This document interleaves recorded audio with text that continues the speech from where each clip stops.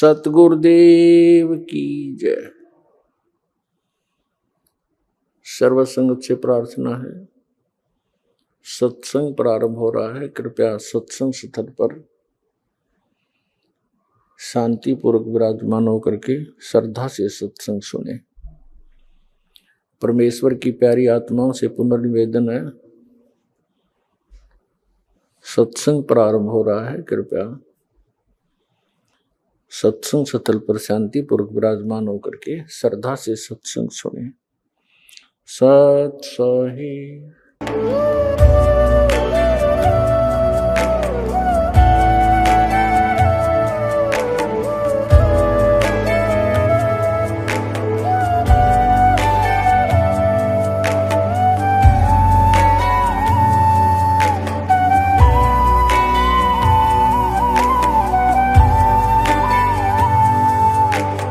गीता अध्याय 15 के श्लोक 16-17 में 3 प्रभु बताए हैं।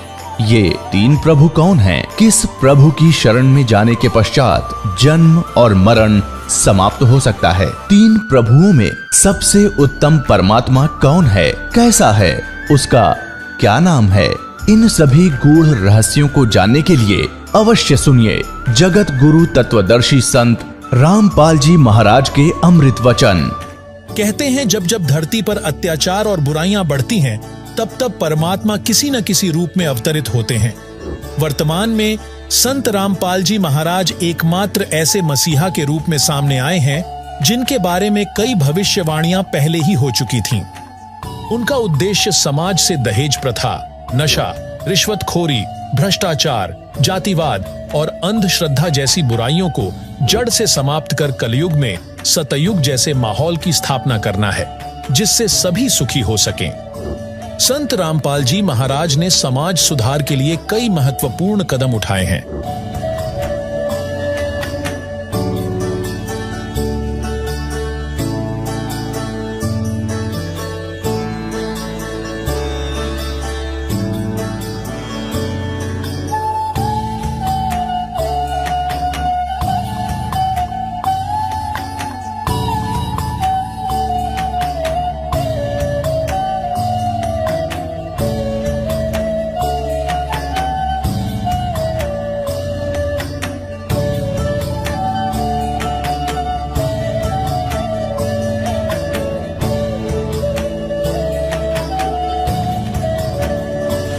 उनकी शास्त्र सम्मत भक्ति के माध्यम से करोड़ों लोग नशे की आदतें छोड़ रहे हैं। क्या आपने कभी सुना है कि केवल भक्ति के द्वारा इतनी बड़ी संख्या में लोग नशे की लत से मुक्त हुए हों? क्या किसी अन्य संत ने इतने स्पष्ट और प्रभावी ढंग से पाखंडवाद का विरोध किया है जैसे कि संत रामपाल जी महाराज कर रहे हैं? दर्शकों, यह एक अद्वितीय कार्य है जो समाज को एक नई दिशा दे रहा है।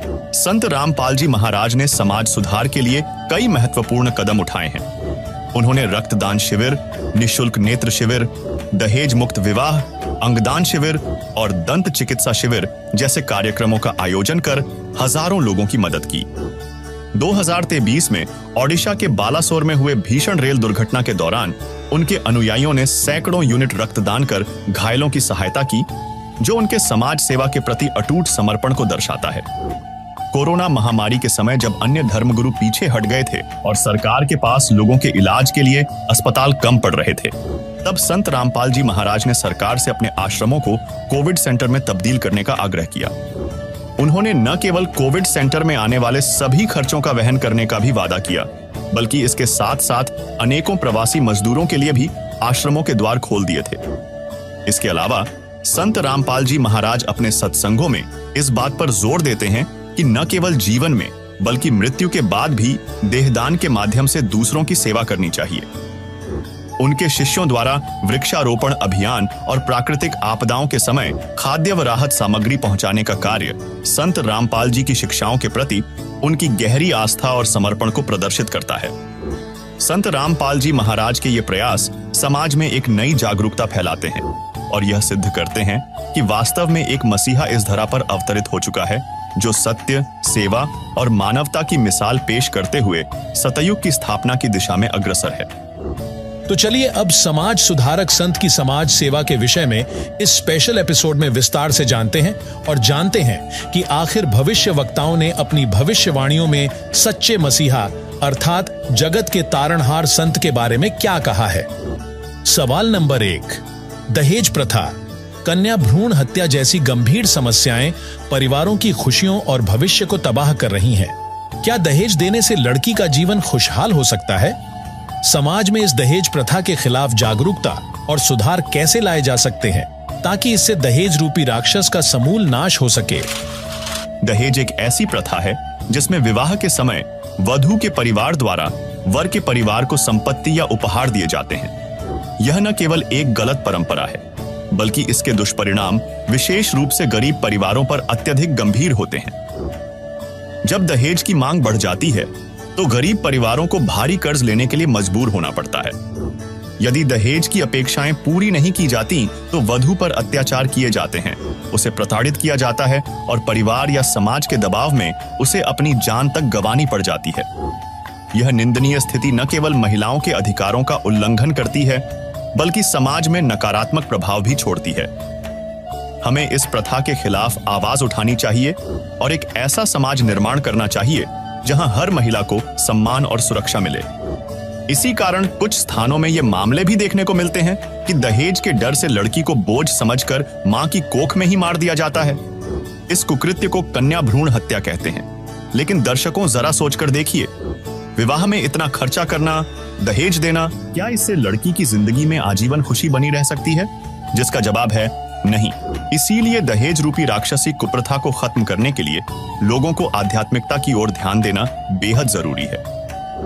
इसी से संबंधित अब सुनिए संत रामपाल जी महाराज के मंगल प्रवचन। हम जो मांगेंगे और आवश्यक होगा वो दाता अवश्य देगा। और हम मांगेंगे बकवाद, क्योंकि भक्ति के मार्ग में चल रहा व्यक्ति को एक पत्थर ठा के सिर पर फेर धरन लगे, उनके कहेंगे मूर्ख। समझदार तो ये कहेंगे क्यों सिर मारे, पत्थर में चल आगे न चलेंगे।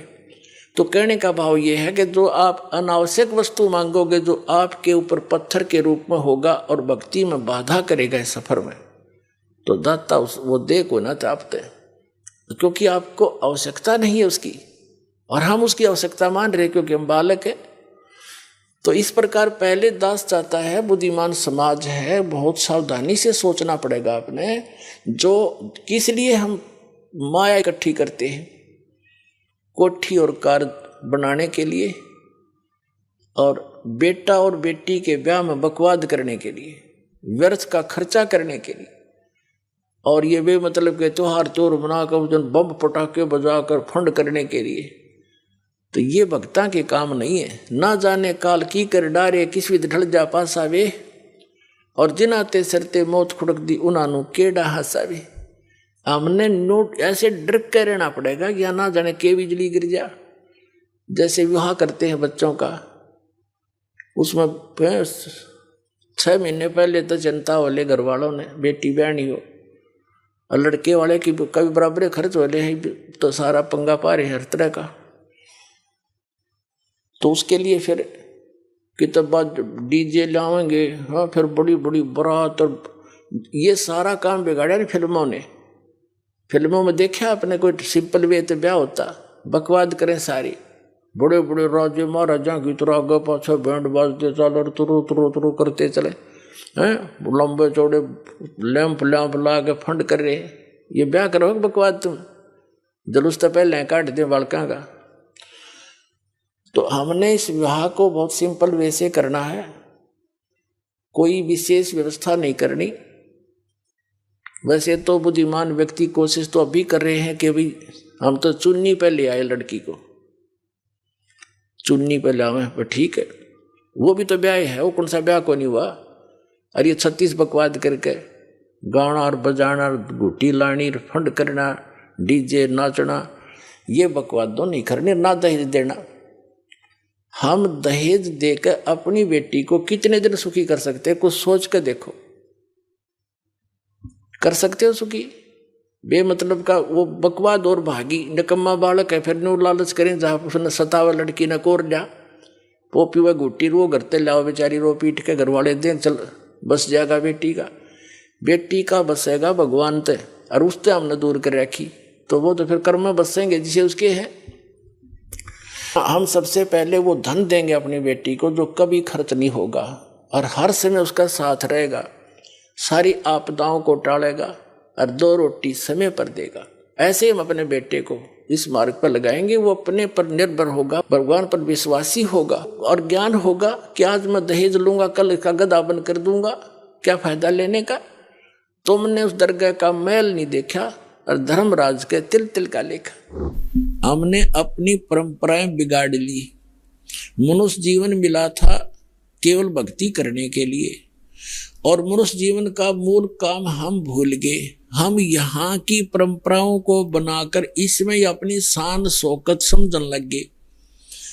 किसी के पास धन हो गया और उसने लड़की का विवाह करने लगा तो उसने लड़की के विवाह में कि उसके पास पैसा है, चाहे कहीं से भी प्राप्त है, पूर्व संस्कार से है या 2 नंबर से किया है, तो उसने लड़की के विवाह में सारे फंड कर दिए, डीजे बजाना, फलाना करना, इतने व्यक्ति बुलाने हैं, ऐसा धन देना है, इतना दान दे दिया, कुछ कार दे दी है। अब उसने तो दे दी, उसने तो बकवाद कर दी क्योंकि पैसा है। अब गरीब आदमी की लड़की का जब विवाह होता है तो आत्मा तो उसकी भी रोती है।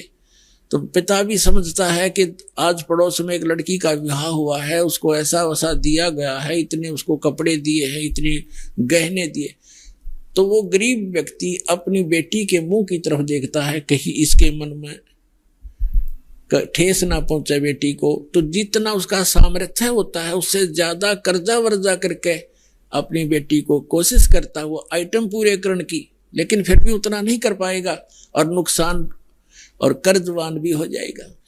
तो ये जो बकवाद हमने शुरू कर रखी है ये खत्म करनी पड़ेंगी। अब विवाह तो परमात्मा ने कर रखा है, बच्चा और बच्ची का जो संस्कार उसका पहले ही बना रखे।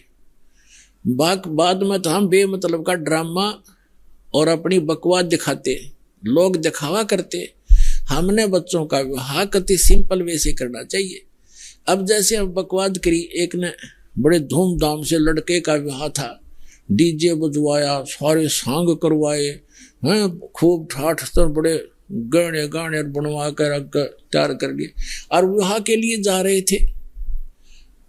और वो लड़के दुल्हे वाली गाड़ी जिसमें 7-8 3-4 घर के रिश्तेदार दामाद उसके बैठे हुए थे, यानी उस लड़के के जीजा वगैरह बहनोई, और वही कार टकरा गई एक ट्राले से।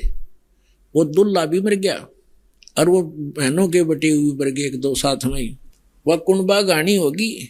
पहले दिन तो नाचे कूदे थे, ठाठ बांध रहे थे, और अगले दिन टक्कर मार कर हो रहा सारा परिवार, चाट ले डीजे ने और बजा ले बाजे।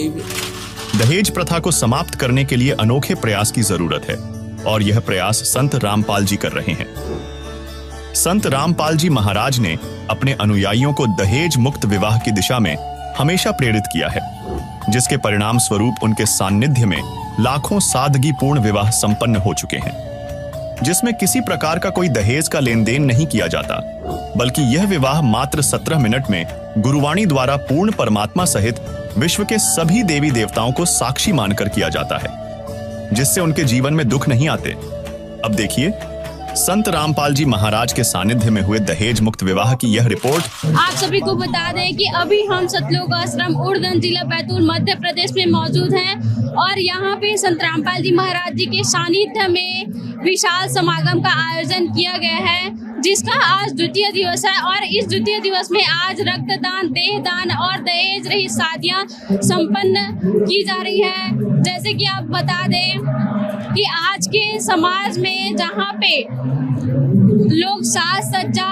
और ताम झाम की बेड़ियों में बंधे हुए हैं, वहीं पे संत रामपाल जी महाराज जी के सानिध्य में बहुत ही अद्भुत समाज तैयार किया जा रहा है, बहुत ही निर्मल समाज तैयार किया जा रहा है। संत रामपाल जी महाराज जी के सानिध्य में चलाए जा रहे दहेज रहित विवाह देश ही नहीं विदेशों में भी चर्चा का विषय बना हुआ है।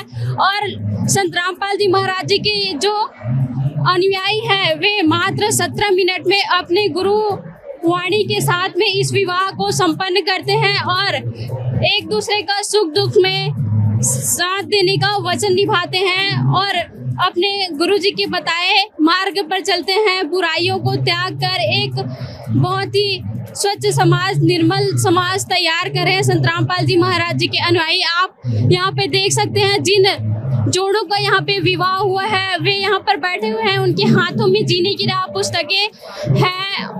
और यहाँ पे आपको बता दें कि संत रामपाल जी महाराज जी के सानिध्य में 52 जोड़ों का दहेज रहित विवाह हुआ है, जो कि अपने आप में अद्भुत है। ऐसा विवाह तो सपने में भी हम सोच नहीं सकते, लेकिन आज हमें इस धरती पर हकीकत में होते नजर आ रही है, जो कि अपने आप में काबिले तारीफ है। जितनी तारीफ की जाए उतनी ही कम है। और आज के जो युवा जहाँ आडंबरों में, आतिशबाजियों में डूबे हुए, उनको इनसे शिक्षा लेनी चाहिए कि किस प्रकार से हम निर्मल समाज तैयार कर सकते हैं। कहते हैं शिक्षा हर समस्या का समाधान लाती है, लेकिन ये पढ़े लिखे लोग इतना दहेज क्यों मांगते हैं? और यहाँ पे संत रामपाल जी महाराज जी के अनुयायी बिना किसी खर्चे के मात्र 17 मिनट में सादगीपूर्ण तरीके से विवाह संपन्न किए हैं। दर्शकों, इन जोड़ों से हम जुड़ने से पहले आपको दिखा दें कि यहाँ पे जो जनता आई हुई है, ये तमाम लोग इस शादी के साक्षी बने हैं, जो यहाँ पे शादी में मौजूद थे। जिन जोड़ों का यहाँ पे विवाह हुआ, उनके फैमिली वाले भी आए हुए हैं, उनसे भी हम जानेंगे कि उनको यह प्रेरणा कैसे मिली। बनी रहिए इस न्यूज के साथ। दर्शकों, अभी हम जो नवविवाहित जोड़े हैं उनसे जुड़ चुके हैं और इनसे हम जानेंगे कि इनको यह प्रेरणा कहाँ से मिली और ये अपने आप में समाज को क्या संदेश देना चाहते हैं। दर्शकों, अभी हमारे साथ में छत्तीसगढ़ के जो जोड़े यहाँ पे रमैनी के लिए बैठे हुए हैं, उनसे हम जुड़ चुके हैं। आइए जानते हैं इनको यह प्रेरणा किनसे मिली। नमस्कार मैम, क्या नाम है आपका? अंजलि दासी। मैम, छत्तीसगढ़ के कौन से जिले से आए हुए हैं आप? राजनांदगांव, खैरागढ़। मैम, आज यहाँ पे आपने दहेज रहित शादी की, जहाँ आज के युग में सारे युवाएं तामझाम से आतिशबाजियों के साथ विवाह करना पसंद करते हैं। आपको यह प्रेरणा कहाँ से मिली? ये प्रेरणा हमें संत रामपाल जी महाराज जी से नाम दीक्षा लेने के बाद से मिली है। मैम, जैसे हर लड़की के माता पिता उसके जन्म से ही पैसे इकट्ठे करने में लग जाते हैं उसकी शादी के लिए, क्या आपके माता पिता ने भी इस प्रकार की कोई तैयारियां की थी आपकी शादी के लिए? पहले की थी, लेकिन जब संत रामपाल जी महाराज जी से हमें ज्ञान प्राप्त हुआ, तब से मतलब ये हमें शिक्षा मिली है कि ये जो आडंबर हम करते आए हैं पहले से, ये बेफिजूल है, जिससे हमें कोई फ़ायदा नहीं है। जो गरीब परिस्थिति में होकर भी अपने आर्थिक स्थिति को देखते हुए भी लोगों के दबाव से अच्छे से अच्छे शादियाँ करना चाहते हैं, जिनसे उनको कई सारी हानियाँ होती है। कई चीज़ों को लोगों के दिखावे में बेचना पड़ता है। लेकिन संत रामपाल जी महाराज जी ने एक मुहिम चलाई है दहेज मुक्त भारत बनाने का, जिससे हमें ना तो दहेज लेना है ना तो देना है। 17 मिनट 32 सेकेंड में ये रेमेडियाँ होती है, जिससे हम और हमारी पूरी फैमिली संत रामपाल जी महाराज जी का बहुत आभारी है, जिससे हमें ज्ञान प्राप्त हुआ और ये आडंबर रहित दहेज मुक्त रेमेडिया में हुई। बहुत बहुत धन्यवाद मैम। सर साहिब। मैम, क्या नाम है आपका? निशा दासी। कहाँ से हैं आप? जिला बालाघाट। क्या करते हैं? I am a civil engineer by profession. Ma'am, आप एक इंजीनियर हैं और आज के डेट में जहाँ लड़कियाँ, पढ़ी लिखी जो लड़कियाँ हैं, तामझाम से शादियाँ करना पसंद करती है, वहीं आपने एक सिंपल वे को चुना, क्यों? Because greed for fame, name and money is destroy the humanity among the people. So Sant Rampal Ji Maharaj is taking the initiative of dowry free marriage. It's called Ramani. It done in a 17 minute. The couple get married in 17 minute by Guru Vani. Ma'am, can you explain what is the meaning of Ramani? Ramani is the anti-dowry movement. Is based on the discipline and discipline of the Sant Rampal Ji Maharaj, and by his disciples, Sant Rampal Ji Maharaj disciples doing this marriage without any taking dowry, without any accept means not taking or given any type of dowry system. It saves many women's life. Ma'am, सरकार के द्वारा भी दहेज रहित कार्यक्रम चलाया जा रहा है, इसके बारे में आप क्या कहना चाहेंगे? many organizations, many religious sects and government doing this, but it's not helpful to eliminate this type of curse in society. But Ramani is helping to end this dowry system. Thank you ma'am. Thank you. Sir, जैसे कि हम सुन रहे हैं कि यहाँ पे दहेज रहित विवाह हुआ है, तो क्या आपने सच में लड़की वालों से कोई दहेज नहीं लिया है? नहीं, हमने लड़की वालों से कोई दहेज नहीं लिया है और हम संत रामपाल जी महाराज से 2014 से जुड़े हुए हैं, है ना। और हमने सब कुछ देखा है कि मतलब 17 मिनट में जो रमैनियाँ होती है, मतलब विवाह, है ना, वो देखा है कि कोई भी भगत मतियों से दहेज नहीं लेता है। हमने भी ऐसा कोई नहीं किया है दहेज की। जो युवा शिक्षित युवा आपको देख रहे हैं, उन्हें आप क्या कहना चाहेंगे? मैं यही कहना चाहूँगा कि आप आकर के एक बार देखिए, संत रामपाल जी महाराज के प्रोग्राम देखिए कि दहेज मुक्त जो विवाह होते हैं कैसे होते हैं। एक्चुअली में कैसा है, मार्केट में ऐसा होता है कि नाम पे तो हो जाते हैं लेकिन फिर बाद में प्रताड़ित किया जाता है। लेकिन इधर जो संत रामपाल जी महाराज का जो ज्ञान है, इस पे ऐसा है कि कभी भी मतलब कभी ये चीज नहीं होगी कि दहेज से प्रताड़ित किया जाए, है ना। वो ज्ञान है महाराज जी का। सर, क्या नाम है आपका? किशोर दास। बहुत बहुत धन्यवाद सर। नाम है आपका? देव प्रकाश। कहाँ से आए हैं? शक्ति जिला से। सर, छत्तीसगढ़ से चल के आज आपने यहाँ पे संत रामपाल जी महाराज जी के सानिध्य में दहेज रहित विवाह किया है। अक्सर हम देखते हैं कि संत रामपाल जी महाराज जी के सानिध्य में जो दहेज रहित विवाह किया जाता है, वह लोगों के मुख पे सुर्खियों में बना रहता है। आखिर ऐसा करके संत रामपाल जी महाराज का क्या उद्देश्य है, क्या बताना चाहते हैं आखिर जनता को? वो संत रामपाल जी महाराज जी का उद्देश्य है पूरे विश्व को सद्भक्ति देना है और सुखी जीवन जीना है। तो सुखी जीवन हम लोग ऐसे जी सकते हैं जैसे फिजूल के खर्चे नहीं करेंगे। शादी बर ब्याह में शादी में फिजूल के खर्चे करते हैं, इसलिए दुखी होते हैं। सर, दहेज नामक कुप्रथा को सरकार भी रोक पाने में असमर्थ है, इसके बारे में आप क्या कहना चाहेंगे? दहेज प्रथा को सरकार तो रोकने में असमर्थ हो गए, लेकिन संत रामपाल जी महाराज जी के ज्ञान से न प्रभावित होकर आज पूरे विश्व दहेज मुक्त शादी कर रहे हैं और खुशी जीवन जी रहे हैं।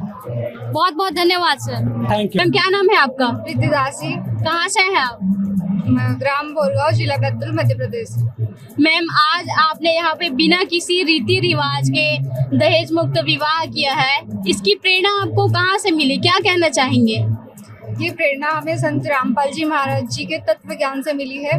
गुरु जी बताते हैं अपने सत्संगों में कि ये जो पाखंड करते हैं या आडंबर करते हैं, इससे कुछ नहीं होता है, ये सब व्यर्थ के खर्चे हैं। इससे और जो अपनी आगे की लाइफ है उसमें भी प्रॉब्लम्स ही आती है। तो इसीलिए एक सिंपल तरीके से यहाँ पे रामायणी कराई गई है, बिल्कुल 17 मिनट में हुई है। इसमें ना दहेज लिया गया है और ना ही दिया गया है। तो ये प्रेरणा हमें संत रामपाल जी महाराज जी से मिली है। जो लड़कियां आपको देख रही हैं, उन बहनों को आप क्या मैसेज देना चाहेंगे? मैं सभी से कहना चाहूँगी कि ऐसे आडंबर करने से कुछ ही नहीं होना है। सिंपल सा ये जो सत्संग आता है गुरु जी का, ये सुने, इसको समझे और अपना जीवन कल्याण करे और एकदम सिंपल तरीके से रहे। बहुत बहुत धन्यवाद मैम। Thank you. नाम पूर्ति दासी है। कहाँ से हैं आप? गुना से। मैम, आज आपने यहाँ पे दहेज रहित विवाह किया है। लोग कहते हैं कि हम बहू नहीं बेटी बना के घर ले आएंगे, लेकिन ऐसा होता ही नहीं है। बाद में बेटियों को दहेज के लिए काफी प्रताड़ित किया जाता है, लेकिन आज यहाँ पे बिना किसी फिजूल खर्च के आप लोगों ने बिना दहेज की शादी की है। इसकी क्या गारंटी है कि आपको आगे चलकर दहेज के लिए प्रताड़ित नहीं किया जाएगा? जी मैम, ऐसा बिल्कुल भी नहीं होगा। हमारे संत रामपाल जी महाराज जी ने एक जो ज्ञान दिया है उसके अनुसार चलकर ही हमने दहेज मुक्त विवाह किया है। उन्होंने ऐसी हमको सीख दी नहीं कि आगे चल के ऐसी नौबत आए। उन्होंने बहुत ही अच्छी और सादा सिंपल तरीके से विवाह करने की सीख दी है और हमेशा उसको वैसे ही खुशहाल जीवन जीने की वो सलाह दी है। इससे मतलब कि कभी भी दुख आ ही नहीं सकता है, क्योंकि वो संत रामपाल जी महाराज जी ने ऐसा ज्ञान ही ऐसा दिया है कि कभी ऐसी नौबत आएगी ही नहीं। मैम, क्या आपका भी सपना था कि मेरी शादी अच्छे धूमधाम से हो, बारात आए और मैं वस्त्र पहनूं, गहने पहनूं, ऐसा कोई सपना था आपका? जी नहीं, मेरा ऐसा कोई वो नहीं था।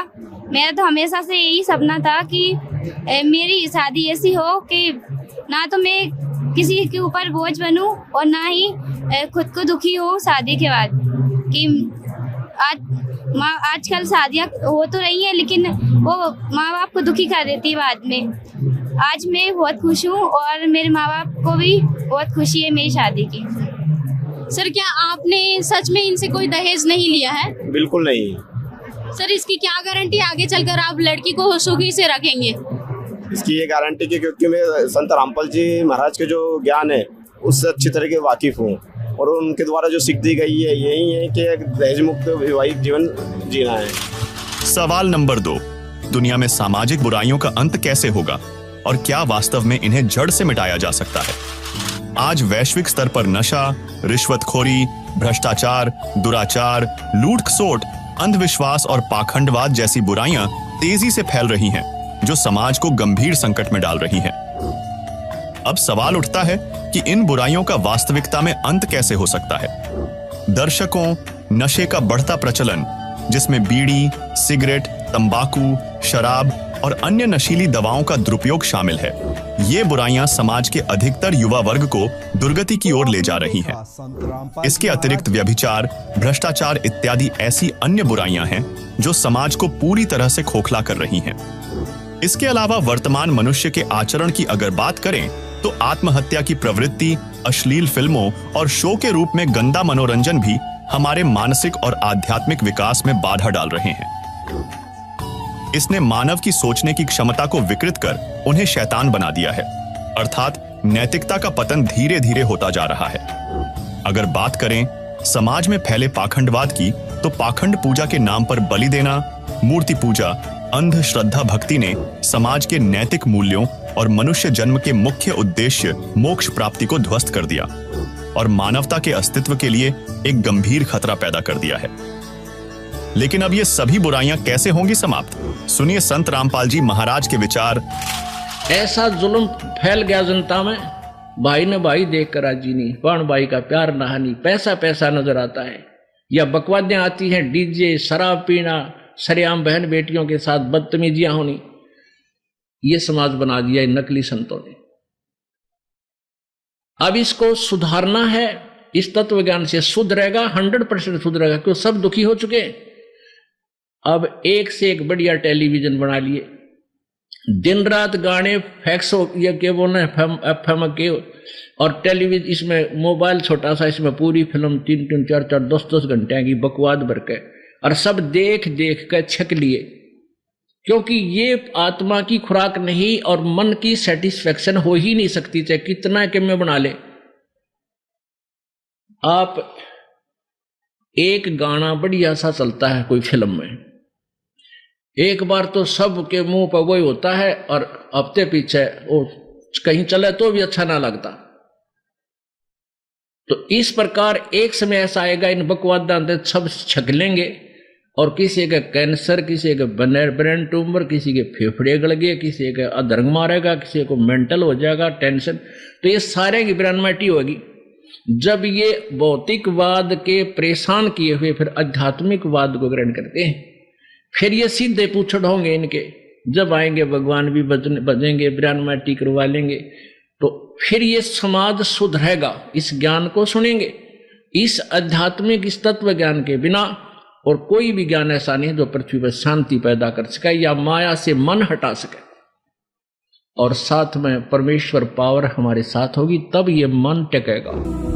तो पुण्यात्माओं, अब काल ने कहा था कि 12 पंथ करूं मैं साजा और नाम तुम्हारा ले करूं आवाजा, 12 पंथ नाम जो ले ही वो हमरे मुख आन समोही, जोग जीत बेसक जाओ संसारा, जीव ना माने कहा तुम्हारा, देवल धाम और देव पूजाऊं या विद जीवों को भरमाऊं, और अनंत और अनेक पंथ चलाऊं, इन 12 से न्यारे भी चलाऊंगा, जैसे ये धन धन सतगुरु राधा स्वामी, जय गुरुदेव, ये सारे और काल के ही पंथ है। सतलोक की महिमा गाते न कख का पता नहीं, मंत्र 5 नाम काल के, और शब्द स्वरूपी राम सतपुरुष अकाल मूर्ति को मंत्र नहीं जाप करके तो भगवान की महिमा है। धर्मदास ने पूछा था, हे परमेश्वर फिर कैसे कल्याण होगा? तो परमेश्वर ने कहा था, बेटा कलयुग में मैं आऊंगा, ये जो 12 पंथ काल चलाओगा, इनमें से 12वां पंथ गरीबदास पंथ होगा,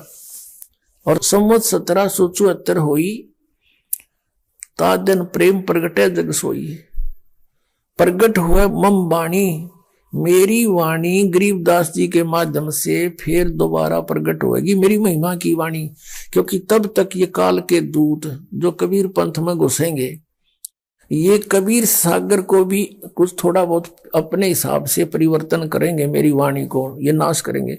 उसकी पूर्ति के लिए गरीबदास को भेजूंगा। और गरीबदास को भी मना कर दिया था कि नाम आप तो जप करो अपने, लेकिन आगे ये बताना नहीं, लेकिन लिख देना वाणी में। गरीबदास साहिब जी ने कति क्लियर लिख रखा कि ये नाम जाप करो, श्वास से सिमरन करना इसका, ये सतनाम है। अब ऐसा ही हुआ। फिर कहा कि गरीबदास के माध्यम से मेरी वाणी प्रकाश होगी और सच्चाई उसमें लिखवा दी जाएगी। फिर इस गरीबदास पंथ में आगे चल के मैं ही आऊंगा। और कहा था भगवान ने कि उस बार में पंथ में हम ही चल के आवेंगे और 12 पंथ में ठा के एक का पंथ चलावे। अब 3 चरणों में परमात्मा ने कलयुग को बांटा है। इस कलयुग को प्रथम चरण कलयुग निर्याना और जा दिन मगर मांडो में दाना। प्रथम चरण वो होगा कि मैं मगर से सह शरीर जाऊंगा और ये बिचली पीढ़ी और अंत की पीढ़ी कृतघ्नी हो जाएंगे। कलयुग के लोग वो भक्ति नहीं करेंगे, सब मांसाहारी हो जाएंगे। अब ये हजारों वर्षों तक एक बार पूरे विश्व में सतयुग जैसा माहौल होगा। सब बुराई त्यागेंगे, क्योंकि मांस खाना कोई अच्छी बात नहीं है। और शराब पीना ये तो बहुत बुरा, पी के देखो आदमी पशु बन जाता है, ना जाने कहा नंगा पड़ा रहता है, जमीन पर गिर जाता है, मुंह में झाग आते हैं, कुत्ते मूत जाते हैं उनके मुंह में पड़े गए। ये कोई जीवन है? और तमाकू जिसने गधे भी ना खाते और ये मानस पीवे है, तरह गजब भैया। तो इस तरह ही अपने आप हेट होएगी। जैसे अब बुराई घर करी है सहज सहज, पहले हमारे पूर्वज विकारी नहीं थे, अब देखा देखी आग लग गई। ऐसे ही हम समाज को धीरे धीरे हटते हटते बुराइयों से और कति नाश कर देंगे सब बुराइयों का। बिल्कुल होगा, गारंटीड बात होगा। पैसे की हमने जरूरत किस लिए है?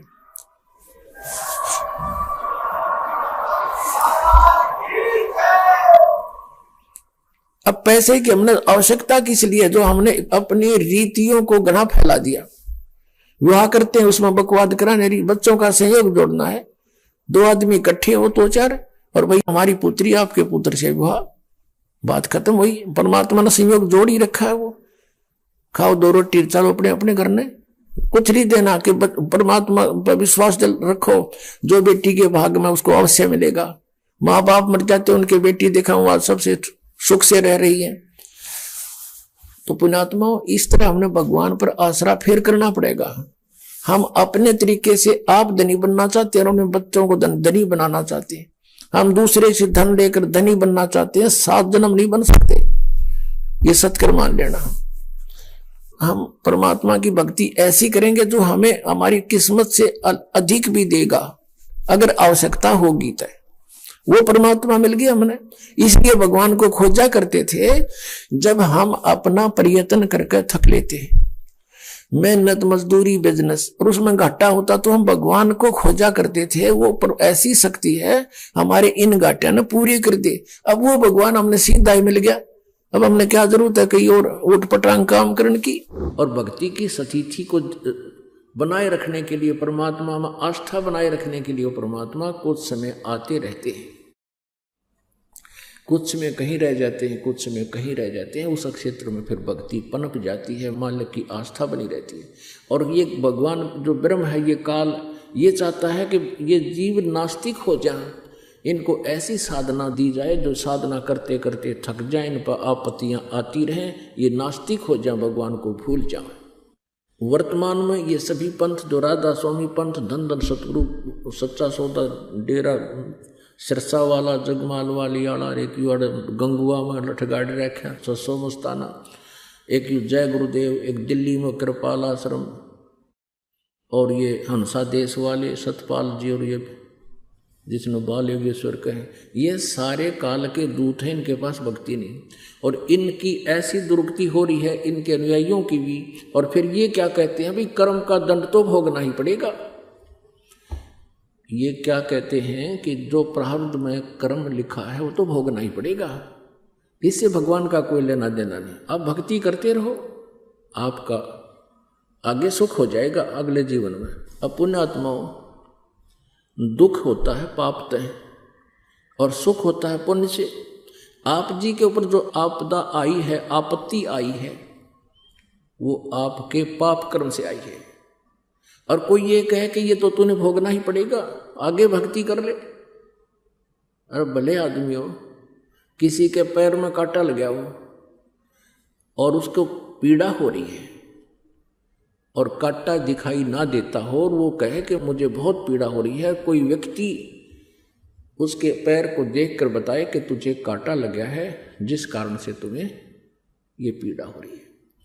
अब उसका इलाज तो ये है कि वो कांटा निकल जाए, तो कांटा निकले तो पीड़ा बंद होगी। और कोई यूँ कहे कि कांटा तो लगा ही रहेगा, ये नहीं निकलेगा, जूता पहन ले, आगे कांटा नहीं लगेगा।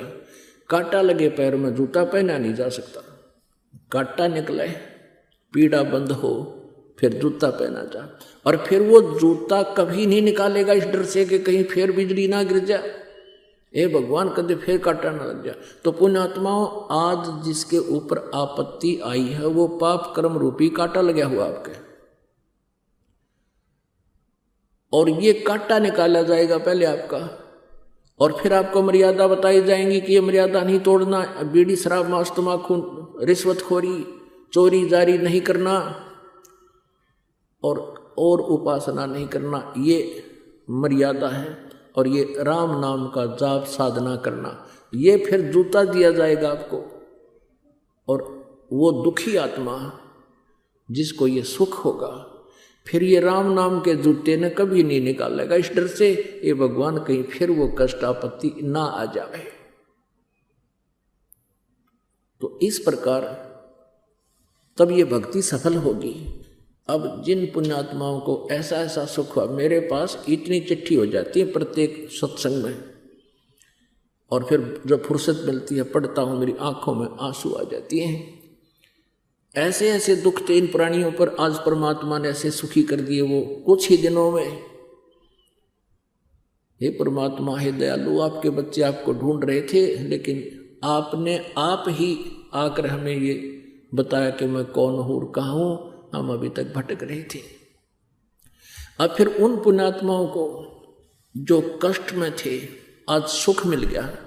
अब उनको जो मर्यादा बता दी गई वो मर्यादा नहीं तोड़ते।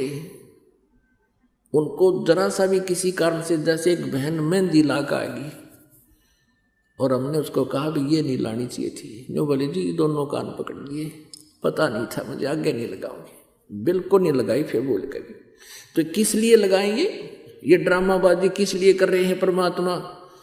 जैसे नानक साहब जी कहते हैं, ना जाने काल की कर डारे किस विध डल जा पासावे, और जिनाते सरते मौत खुड़क दी उन्होंने केड़ा हासावे। अब छोटे छोटे पुण्यात्मा बच्चे भी ये कहते हैं जी मेरा नाम ठीक है, मेरा नाम खंड तो नहीं होगा। और एक कहता है जी इसने फिल्म देख ली, एक दिन टीवी देख रहा था, इसका नाम खंड हो गया। तो वो कहता है जी फिर कभी नहीं देखूंगा मैं। दूसरा बच्चा कहता है फिर नहीं देखूंगा, और ऐसा ही दृढ़ हो जाता है। अब बच्चों को जिस रंग में अब रंग देंगे सदा वो उसी रंग में रंगे रहेंगे। अब हमने किस रंग में रंग दिए, ये फिल्मी गाने देखे हैं डिशों डिशों, और फिर फिल्मी गाने गावे और कमरे में अकेले होते ही बाण भाई नाचे नहरे नहरे, ये बकवाद बर्दी काल ना हमारे अंदर। और वो सब अड़ंगा हटा करके ये एक सुचारू जीवन इस पुण्यात्मा को यहाँ दिया जाता है, जीने के लिए कहा जाता है। तो इस प्रकार पुण्यात्माओं एक नया समाज होगा, एक ऋषि समाज बनेगा। अब ये सभी भगवान से डरने वाले हो जाएंगे। आप चोरी करके रिश्वत ले करके आप धनी बनना चाहते हो, सपने में भी नहीं बन सकते। ये सत्कर्मांड और वो पाप रह जाएंगे अलग। जैसे एक व्यक्ति बता रहा था, अपने आत्मा इस सत्संग को सुनकर जागृति आती है, आत्मा तड़प उठती है और एकदम सतर्क होती है कि सचमुच हम गलत कर रहे थे। अब जैसा ही परमात्मा का ज्ञान है, इसको सुनकर आत्मा एकदम सचेत हो जाती है। उसको अपने किए हुए कर्मों पर सोचना पड़ता है अब सत्संग में बताया जाता है कि जो तुम्हारे भाग्य में है वही मिलेगा। ये थी आप जी ने 2 नंबर का काम करके, किसी का मिलावट करके, रिश्वत लेकर और 2 पैसे अधिक इकट्ठे कर भी लिए, तो वो पैसे ऐसे स्थान पर लग जाएंगे, या तो कोई बालक बीमार हो जाएगा, या कोई पशु की मृत्यु हो जाएगी, या कोई मुकदमा शुरू हो जाएगा। अब वो पैसा तो रहा नहीं, वो पाप ज्यों के त्यों रह गए। जो आप जी ने वो पाप, जो पैसे इकट्ठे करने में वो पाप किए थे, वो आप न भोगने पड़ेंगे, और पैसा रहा नहीं। और परमात्मा का विधान है, जैसा तुमने किया उससे अधिक तुम रख नहीं सकते। और पूर्ण परमेश्वर की शरण में आने से आपके भाग्य में ना होगा तो भी देगा परमात्मा, यदि आपको आवश्यकता होगी। और वाह्यात की डिमांड करोगे तो यहाँ आपकी वो पूरी नहीं होगी, क्योंकि माया आपकी शत्रु है। और आपको परमात्मा उतना अवश्य देगा जितना आपकी रिक्वायरमेंट रहेगी। परमेश्वर जी कहते हैं कि मेरे से इतनी मांगना, साईं इतनी दीजिए, जा मैं कुटुंब समावे, हम भी भूखे ना रहे, अतिथि ना भूखा जाए। इतनी मांग ली ना आपने, सारा कुछ मांग लिया। दर्शकों, संत रामपाल जी महाराज की अद्वितीय आध्यात्मिक शिक्षाएं और उनके प्रयास से नशा, चोरी, जारी, ठगी, रिश्वतखोरी, सामाजिक भेदभाव, अंधविश्वास, पाखंड जैसी सभी बुराइयां समाप्त हो रही हैं। जिससे संबंधित देखिए ये खबर।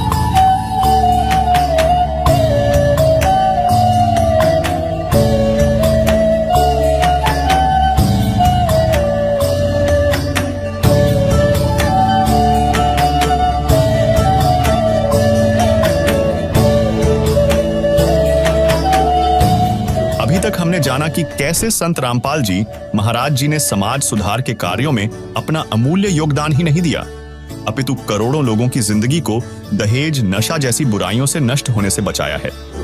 सवाल नंबर 3, संत रामपाल जी महाराज के समाज सुधार के प्रयासों से धरती को स्वर्ग बनाने का उद्देश्य क्या सच में पूरा हो सकता है? क्या कलयुग में सतयुग की स्थापना का सपना, जिसे हर कोई देखता है, वास्तव में साकार हो सकेगा, या यह सिर्फ एक कोरी कल्पना बनकर रह जाएगा?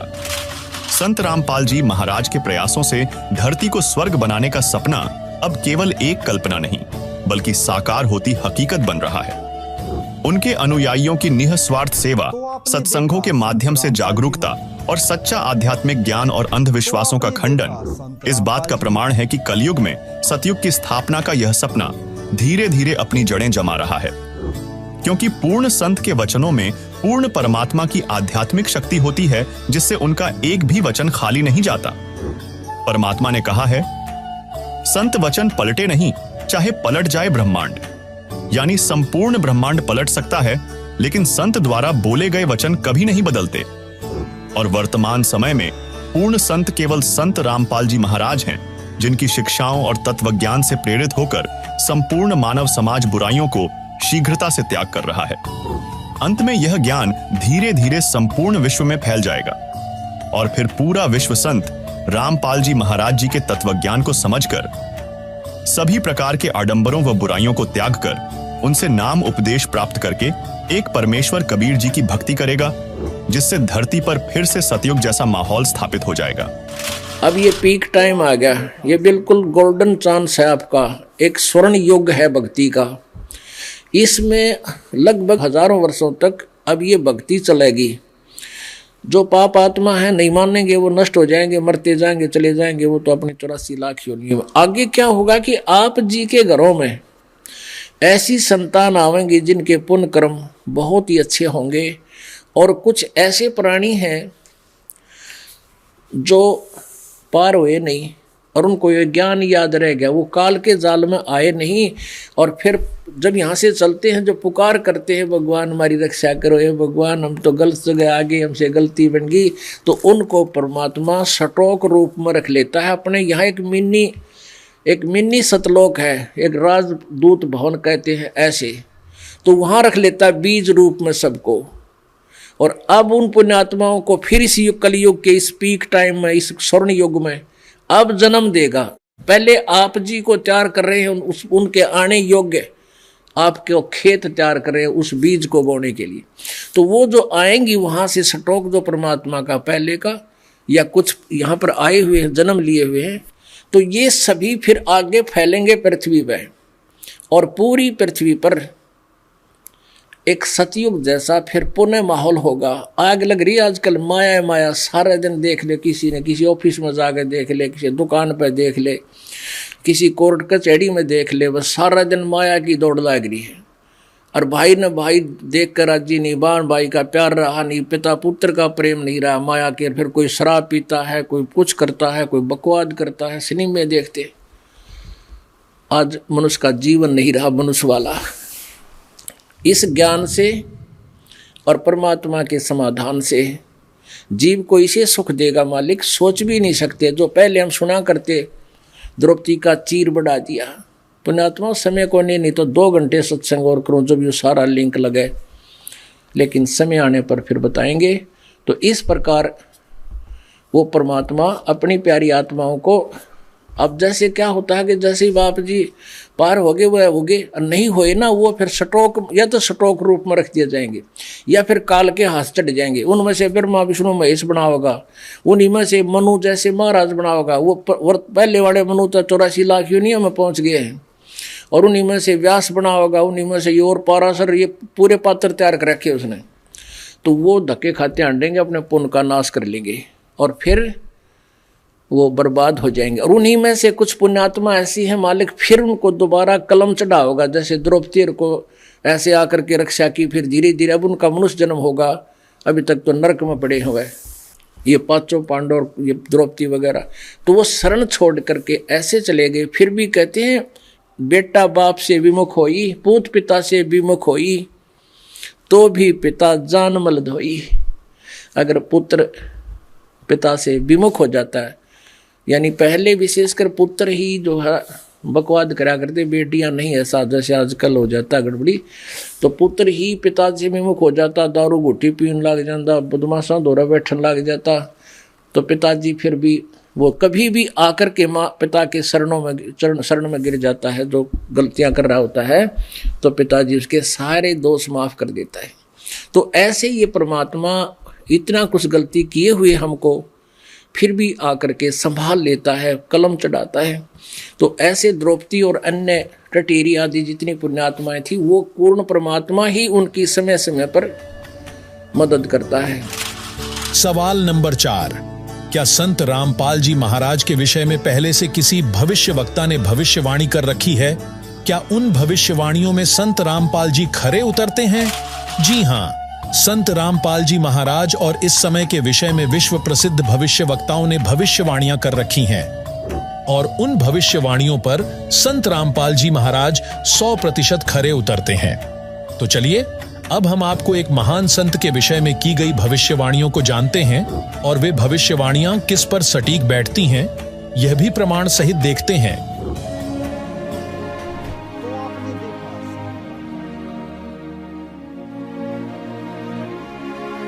दोस्तों नमस्कार, मैं राजेश भटनागर आज आपके सामने एक ऐसे रहस्य का खुलासा करने जा रहा हूं जिसे सुन तथा देखकर आप दंग रह जाएंगे। एक महान भविष्यवाणी की गुत्थी सुलझाने जा रहा हूं जिसके बारे में दुनिया के बड़े बड़े भविष्यवक्ताओं ने अपनी अपनी भविष्यवाणी में लिखा और कहा है।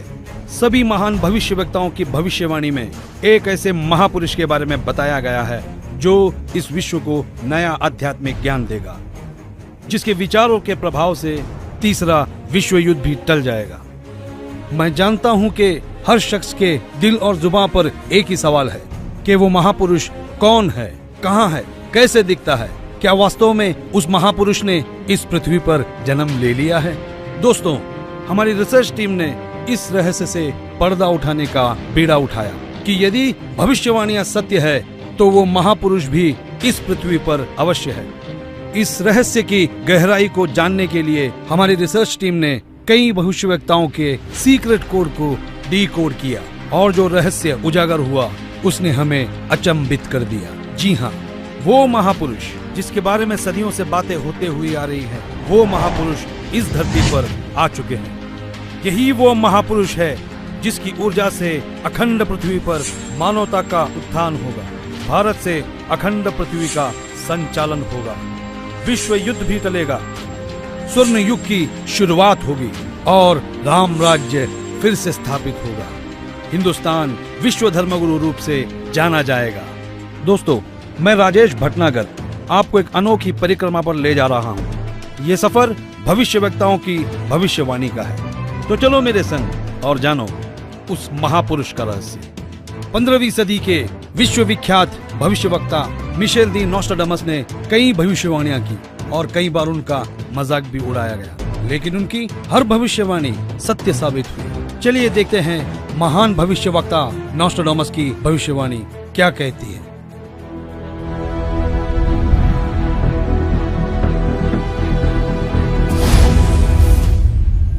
विश्व के सबसे महान भविष्यवक्ता मिशेल दी नोस्ट्राडामस, जो अपनी सटीक भविष्यवाणियों के लिए जाने जाते हैं, उन्होंने सन 1555 में अपने ग्रंथ के शतक 10 श्लोक 96 में उस महापुरुष के बारे में बताया कि वो महापुरुष एक ऐसे देश में जन्म लेगा जो 3 तरफ से समुद्र से घिरा हुआ होगा तथा उस देश का नाम एक सागर, हिंद महासागर के नाम से होगा, हिंदुस्तान। दोस्तों, विश्व में हिंदुस्तान ही ऐसा देश है जो 3 ओर से सागर से घिरा है तथा हिंदुस्तान ही एकमात्र देश है जिसका नाम किसी सागर के नाम से मेल करता है, हिंद महासागर। फिर शतक 20 श्लोक 25 में कहा कि वो महापुरुष हिंदुस्तान में पैदा होगा। वो महापुरुष एक ऐसे प्रांत में जन्म लेगा जिसमें 5 नदियां बहती हों। ये उल्लेख उन्होंने शतक 1 श्लोक 50 में किया है। हिंदुस्तान का पंजाब ही एकमात्र ऐसा प्रांत है जिसमें 5 नदियां बहती हैं। इन्हीं के नाम से पंज और आब पंजाब नाम रखा गया है। नदियों के नाम सतलुज, व्यास, रावी, झेलम, चेनाब। नोस्ट्राडामस ने अपने शतक 5 श्लोक 41 में बताया कि उस महापुरुष द ग्रेट शायरन की 4 संतानें होंगी, जिसमें 2 पुत्र और 2 पुत्रियां होंगी। उस महापुरुष के बारे में एक और रहस्य उद्घाटन करते हुए नोस्ट्राडामस ने शतक 5 श्लोक 41 में लिखा है कि उस महापुरुष की माताएं 3 बहनें होंगी। नोस्ट्राडामस ने शतक 6 श्लोक 70 में लिखा है कि मैं छाती ठोक कर कहता हूँ कि वो महापुरुष ऐसा ज्ञान बताएगा जो आज से पहले किसी ने नहीं सुना होगा। उसके ज्ञान को सुनकर सभी विद्वान कहलाने वाले धार्मिक गुरुओं को नतमस्तक होना पड़ेगा। एक बेहद हैरान कर देने वाली भविष्यवाणी नोस्ट्राडामस ने उस महापुरुष को लेकर करते हुए शतक 1 श्लोक 50 में कहा कि उस महापुरुष पर देशद्रोह अथवा राष्ट्रद्रोह समझकर लोग नफरत करेंगे, लेकिन बाद में सच्चाई जानने के बाद उससे बेहद प्रेम करेंगे। उसके द्वारा स्थापित आदर्श और विचारों का बोलबाला हर जगह हो जाएगा। नोस्ट्राडामस ने शतक 20 श्लोक 25 में कहा है कि वह ना तो क्रिश्चियन होगा ना मुसलमान होगा, वो केवल हिंदू ही होगा। शतक 6 श्लोक 70 में नोस्ट्राडामस ने कहा कि वो महापुरुष पूरे विश्व का संचालक होगा, वो महापुरुष विश्व विजेता होगा। शतक 2 श्लोक 79 में बताया है कि वो महापुरुष सर्व समाज से सत्य साधना करवाएगा। वो महापुरुष अपनी सत्य साधना बताएगा तथा इस क्रूर भूमि काल लोक से मुक्त करवाएगा। शतक 1 श्लोक 50 में कहा है कि वो महापुरुष अपने ज्ञान के बल से सब राष्ट्रों को नतमस्तक करेगा और उसके प्रचार को रोकना नामुमकिन होगा। मैं नोस्ट्राडामस आपको स्पष्ट कर दूं कि उस महान संत की उपेक्षा न करें। उस महान संत को आराध्य देव मानकर उसकी पूजा करना आपके लिए बहुत हितकारी होगा, क्योंकि वो आदि पुरुष परमेश्वर का अंश, दुनिया का तारणहार होगा। तो आपने सुना कि दुनिया के महान भविष्यवक्ता नोस्ट्राडामस ने यह स्पष्ट किया कि वो महापुरुष न ईसाई होगा न मुसलमान होगा, निसंदेह वो हिंदू होगा तथा हिंदुस्तान के एक ऐसे प्रांत में जन्म लेगा जहां 5 नदियां बह रही होगी। वो महापुरुष अपने आध्यात्मिक ज्ञान के द्वारा पूरे विश्व को संचालित करेगा, जिनकी माताएं 3 बहनें होगी, जिनके 2 पुत्र होंगे और 2 पुत्रियां होगी। बुरी शक्तियां उस महान संत के प्रचारों को रोकने का प्रयास करेगी। उन पर देशद्रोह का झूठा मुकदमा भी चलाया जाएगा। इतनी सांकेतिक भविष्यवाणियों से एक तस्वीर हमारे सामने स्पष्ट रूप से उभर रही थी। लेकिन हमारी टीम ने अपनी खोज को पुख्ता करने के लिए फ्लोरेंस नाम की उस भविष्यवक्ता के भविष्यवाणियों को भी गहराई से पड़ताल किया। तो देखते हैं महान भविष्यवक्ता फ्लोरेंस की भविष्यवाणी क्या कहती है।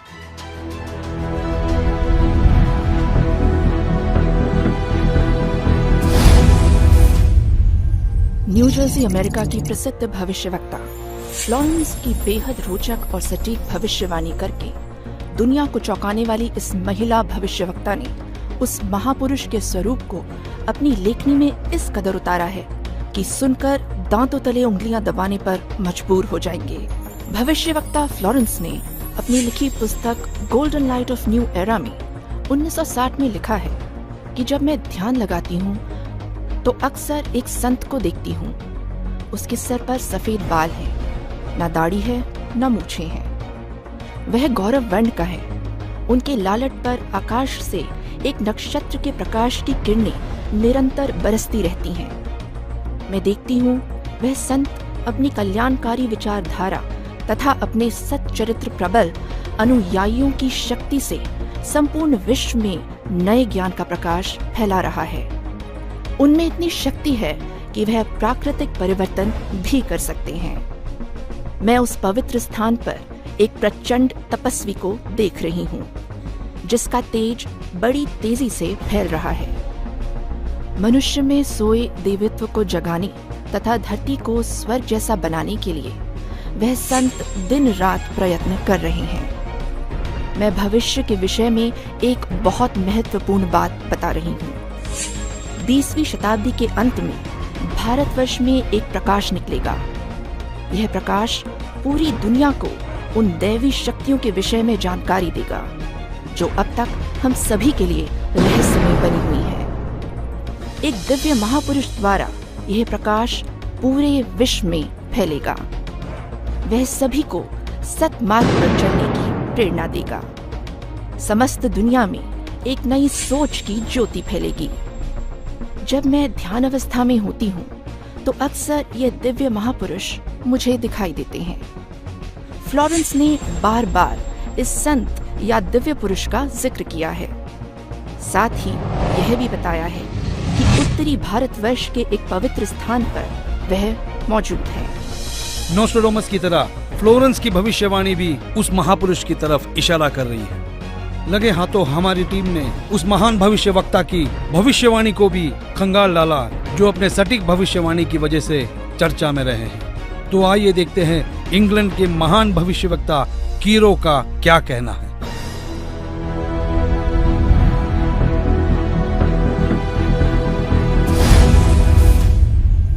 कीरो ने सन 1925 में लिखी पुस्तक में भविष्यवाणी की है 20वीं सदी अर्थात सन 2000 ईस्वी के उत्तरार्ध में जन्मा संत सन 1950 के पश्चात यानी सन 1951 में उत्पन्न संत ही विश्व में नई सभ्यता लाएगा जो संपूर्ण विश्व में फैल जाएगी।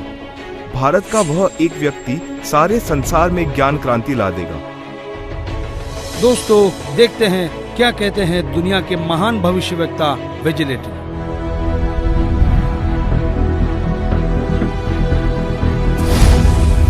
भविष्यवक्ता श्री वेजिलेटिन के अनुसार 20वीं सदी के उत्तरार्ध में सन 1950 के पश्चात विश्व में आपसी प्रेम का अभाव, मानवता का ह्रास, माया संग्रह की दौड़, लूट व राजनेताओं का अन्याय हो जाना आदि आदि बहुत से उत्पाद देखने को मिलेंगे। परंतु भारत में उत्पन्न हुई शांति भ्रातृत्व भाव पर आधारित नई सभ्यता संसार में देश, प्रांत और जाति की सीमाएं तोड़कर विश्व भर में अमन और चैन उत्पन्न करेगी। भविष्यवाणी कोई मनगढ़ंत कहानी नहीं होती, यह एक वरदान होता है और दुनिया में सिर्फ कुछ ही ऐसे लोग हैं जिन्हें यह वरदान प्राप्त हुआ है। आइए देखते हैं दुनिया के महान महिला भविष्यवक्ता जीन डिक्सन की भविष्यवाणी क्या कहती है।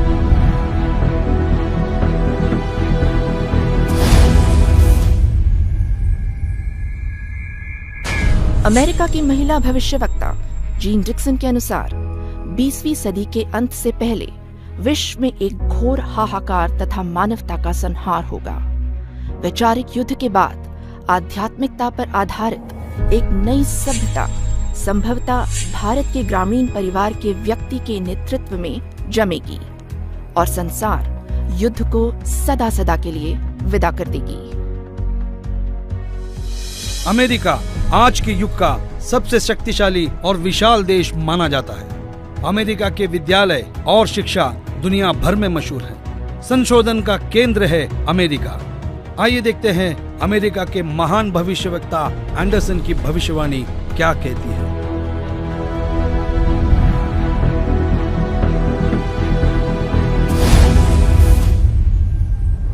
21वीं सदी में भारत के देहात का एक धार्मिक व्यक्ति, एक मानव, एक भाषा और झंडे की रूपरेखा का संविधान बनाकर संसार को सदाचार, उदारता, मानवीय सेवा व प्यार का सबक देगा।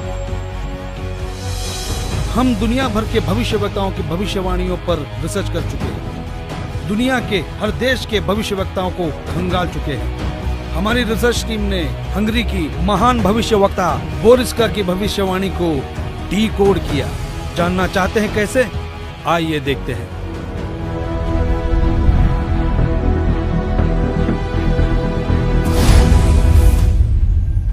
हंगरी की महिला ज्योतिषी बोरिस्का के अनुसार इस आध्यात्मिक व्यक्ति के बड़ी संख्या में छोटे छोटे लोग ही अनुयायी बनकर भौतिकवाद को आध्यात्मिकता से बदल देंगे।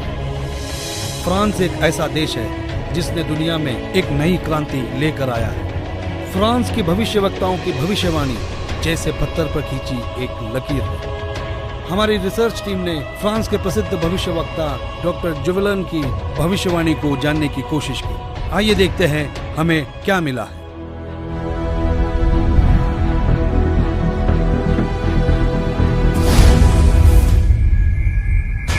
डॉक्टर जुवेलन के अनुसार भारत से उठी ज्ञान की धार्मिक क्रांति नास्तिकता का नाश करके आंधी तूफान की तरह संपूर्ण विश्व को ढक लेगी। उस भारतीय महान आध्यात्मिक व्यक्ति के अनुयायी देखते देखते एक संस्था के रूप में आत्मशक्ति से संपूर्ण विश्व पर प्रभाव जमा लेंगे। इजराइल एक खुले विचारों वाला देश है। इस देश की संस्कृति हर दशक को दर्शाती है। इजराइल के प्रोफेसर हरार ने भी उस महापुरुष के बारे में भविष्यवाणी की। आओ देखो इजराइल जैसे बलशाली देश के भविष्यवक्ता क्या कहते हैं।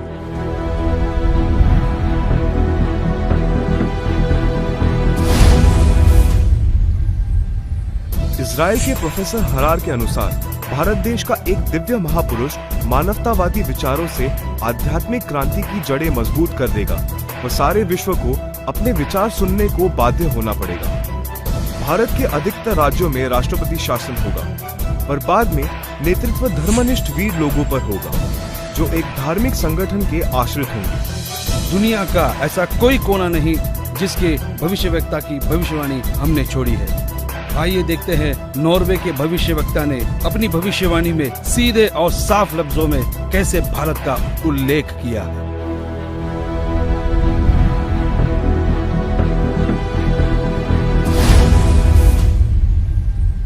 नॉर्वे के श्री आंदाचार्य की भविष्यवाणी के अनुसार एक शक्तिशाली धार्मिक संस्था भारत में प्रकाश लाएगी, जिसके स्वामी एक गृहस्थ व्यक्ति की आचार संहिता पर पालन संपूर्ण विश्व करेगा।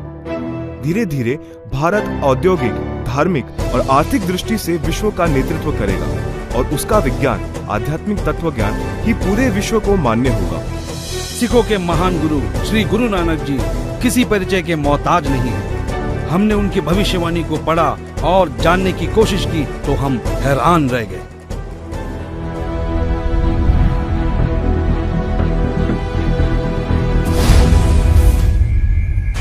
जन्मसाखी भाई बालेवाली, जिसके प्रकाशक हैं भाई चत्तर सिंह जीवन सिंह, अमृतसर। पेज नंबर 307 पर भक्त प्रहलाद की भविष्यवाणी लिखी है कि नानक जी के सचखंड जाने के सैकड़ों वर्ष पश्चात पंजाब की धरती पर जाट वर्ग में वह संत जन्म लेगा जो कबीर जी तथा नानक जी जैसा महान होगा। उसका प्रचार क्षेत्र बरवाला शहर होगा। हिंदुस्तान के प्रसिद्ध संत तुलसीदास उर्फ जय गुरुदेव जी को कौन नहीं जानता। 7 सितंबर 1971 में उन्होंने एक हैरान करने वाली भविष्यवाणी की। तो आइए जानते हैं क्या थी वो भविष्यवाणी।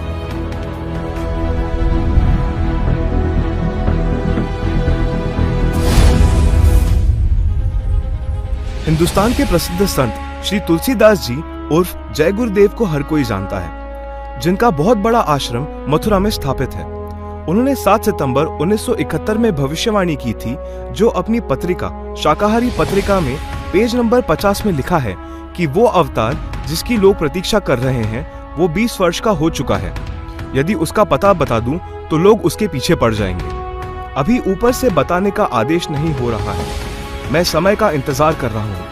सभी महापुरुषों ने समय का इंतजार किया है और समय आने पर सबको सब कुछ मालूम हो जाएगा। एक और भविष्यवाणी मथुरा शहर के जय गुरुदेव पंथ के प्रवर्तक श्री तुलसीदास जी द्वारा 28 अगस्त सन 1971 को की गई थी, जो शाकाहारी पत्रिका पृष्ठ 59 में लिखा है कि महापुरुष का जन्म भारतवर्ष के एक छोटे से गांव में हो चुका है और वो व्यक्ति मानव इतिहास का सबसे महत्वपूर्ण व्यक्ति बनेगा। उसे जनता का इतना बड़ा समर्थन प्राप्त होगा कि आज तक किसी को नहीं मिला है। वो महापुरुष नए सिरे से विधान को बनाएगा और वो विश्व के संपूर्ण देशों पर लागू होगा।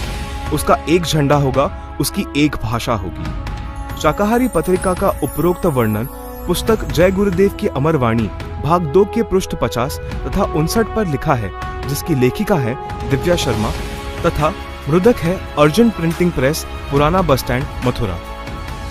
महान भविष्यवक्ताओं की भविष्यवाणी को हमने आप तक सरल शब्दों में पहुंचाया। दोस्तों, हमारी रिसर्च टीम ने हर भविष्यवक्ता की भविष्यवाणी पर रिसर्च की और कई महीनों की मेहनत के बाद जब नतीजे पे पहुंचे तो हम निशब्द रह गए। सदियों से की जाने वाली भविष्यवाणी का जब रहस्य खुला तो साक्षात उस दिव्य महापुरुष के दर्शन हो गए। हमारी खोज की सांचे में हमने कई महापुरुषों को ढाला, लेकिन कहीं भूगोल चुक गया तो कहीं पारिवारिक जीवन। फिर हमने और गहराई में खोज की, तब जाकर हमारी कसौटी पर सिर्फ एक ही महापुरुष खरा उतरा और जिनका नाम जानकर आप भक्तिभाव से झूम जाएंगे।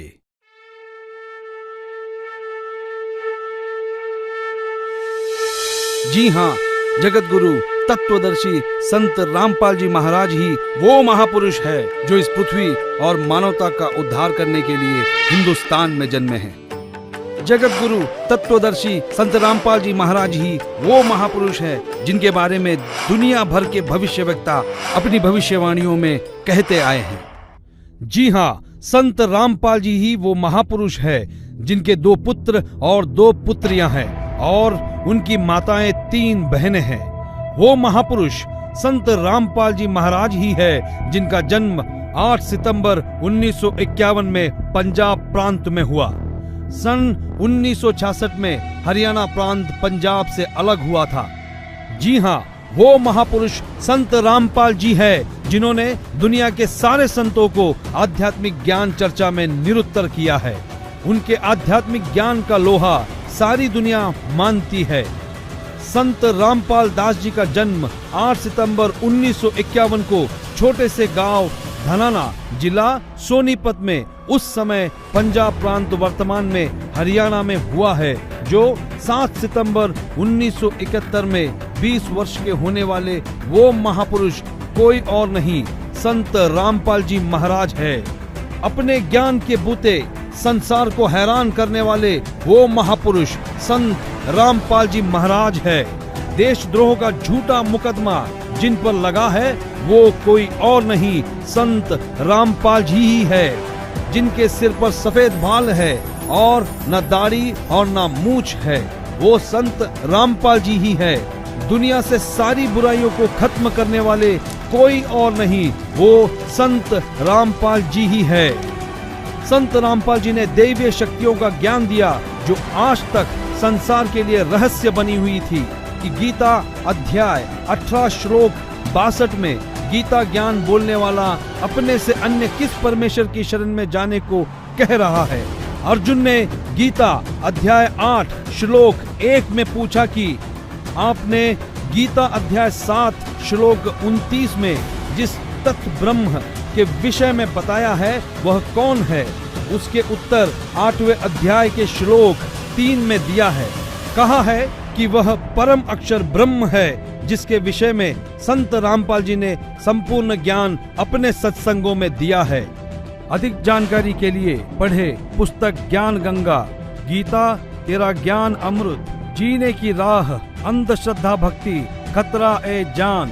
www.jagatgururampalji.org से निःशुल्क डाउनलोड करके अपनी शंका का समाधान करें तथा अपना जीवन धन्य बनाए। भाई बाले वाली जन्म साखी श्री गुरु नानक देव जी में कहा है कि वह महापुरुष पंजाब प्रांत की धरती पर श्री नानक जी के सचखंड जाने के सैकड़ों वर्ष पश्चात जाट जाति में जन्म लेगा। वह श्री नानक जी तथा कबीर जी जैसा महान ज्ञानवान होगा। यह 100% संत रामपाल जी पर खरी उतरती है। हरियाणा के छोटे से गांव में जाट जाति में जन्म लेने वाले कोई और नहीं, वो संत रामपाल जी महाराज ही है। किसी को यह भ्रम हो कि 10 सिख गुरुओं में से किसी की ओर यह संकेत है, उसके लिए स्पष्ट किया जाता है कि 10 सिख गुरु साहेबानों में कोई भी जाट जाति में नहीं जन्मा था। इसलिए यह भी संत रामपाल जी का पक्ष दृढ़ करती है। संत रामपाल जी पवित्र हिंदू धर्म में जन्मे हिंदू है। यही सनातन धर्म का पुनः उद्धार करेंगे जो नोस्ट्राडामस ने कहा है। वह छोटा सा गांव धनाना, जिला सोनीपत है, जिसमें इनका जन्म हुआ।